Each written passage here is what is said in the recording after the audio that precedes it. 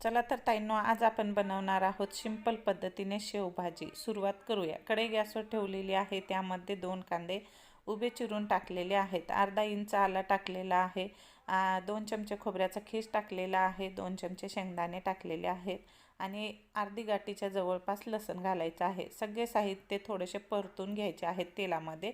कांदा मात्र थोडासा गोल्डन ब्राऊन होईपर्यंत भाजून घ्यायचा आहे। त्यानंतर हे सगळं मिक्सरच्या भांड्यात काढून घेतलेलं आहे थंड झाल्याच्या नंतर, आणि कवळ्या कवळ्या कोथिंबीरच्या काड्या घेतलेल्या आहेत। सगळं मिक्सरला एकदम बारीक पेस्ट काढून घेतलेली आहे।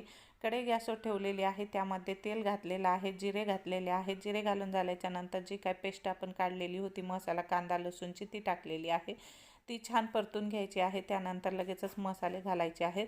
काश्मीरी लाल मिरची घातलेली आहे, आपलं तिखट लाल मिरची घातलेली आहे, हळद घातलेली आहे, चवीपुरतं मीठ घातलेलं आहे, धनेपूड घातलेली आहे आणि थोडंसं पाणी घालून छान परतून घ्यायचं आहे। तेल सुटेपर्यंत मसाला परतून घ्यायचा आहे, पाहू शकता अशा पद्धतीने। त्यानंतर यामध्ये घालायचा आहे किचन किंग मसाला। तुमच्याकडे जे कोणता मसाला अवेलेबल आहे ते मसाला घालायचा आहे। पावभाजी असेल तर ते पण घालू शकता, शेवभाजी असेल तर ते पण घालू शकता। आज आपण बनवणार आहोत सिंपल पद्धतीने शेवभाजी। आता तेल सुटेपर्यंत हा मसाला परतून घ्यायचा आहे, 5 मिनटं झाकून ठेवून परतायचा आहे आणि आपल्याला किती ग्रेव्ही करायची आहे तितकी ग्रेव्ही करून घ्यायची आहे।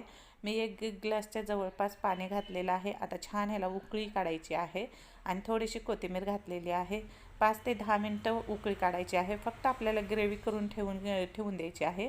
आणि यामध्ये तुम्हाला आवडत असेल तर 1 बटाटा उकडून सुद्धा घालू शकता। खूप छान शेवभाजी लागते, हॉटेल स्टारकीच भाजी होते आणि तुम्ही एकदा केलं ना बोटं चाटून खातील इतकी भारी भाजी होते। नक्की अशा पद्धतीने शेवभाजी करून बघा, सिंपल पद्धत आहे, खूप कमी साहित्यामध्ये।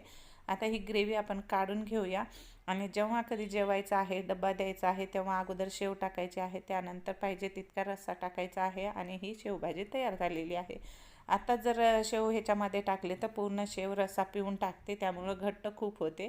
त्यामुळे जेव्हा जेवायचं तेव्हा शेव घ्यायची प्लेटमध्ये आणि त्यामध्ये अशा पद्धतीनं शेवभाजीचा रस्सा टाकायचा। पाहू शकता यासोबत कांदा लिंबू, एकदम परफेक्ट शेवभाजी हॉटेल स्टाईल झालेली आहे। नक्की एकदा अशा पद्धतीने करून बघा। व्हिडिओ आवडल्यास व्हिडिओला लाईक करा, फेसबुक पेजला नवीन असाल तर फॉलो करा आणि शेअर पण करा। चॅनलला नवीन असाल तर सबस्क्राईब करा। चला तर मग भेटूया पुन्हा, चला बाय बाय।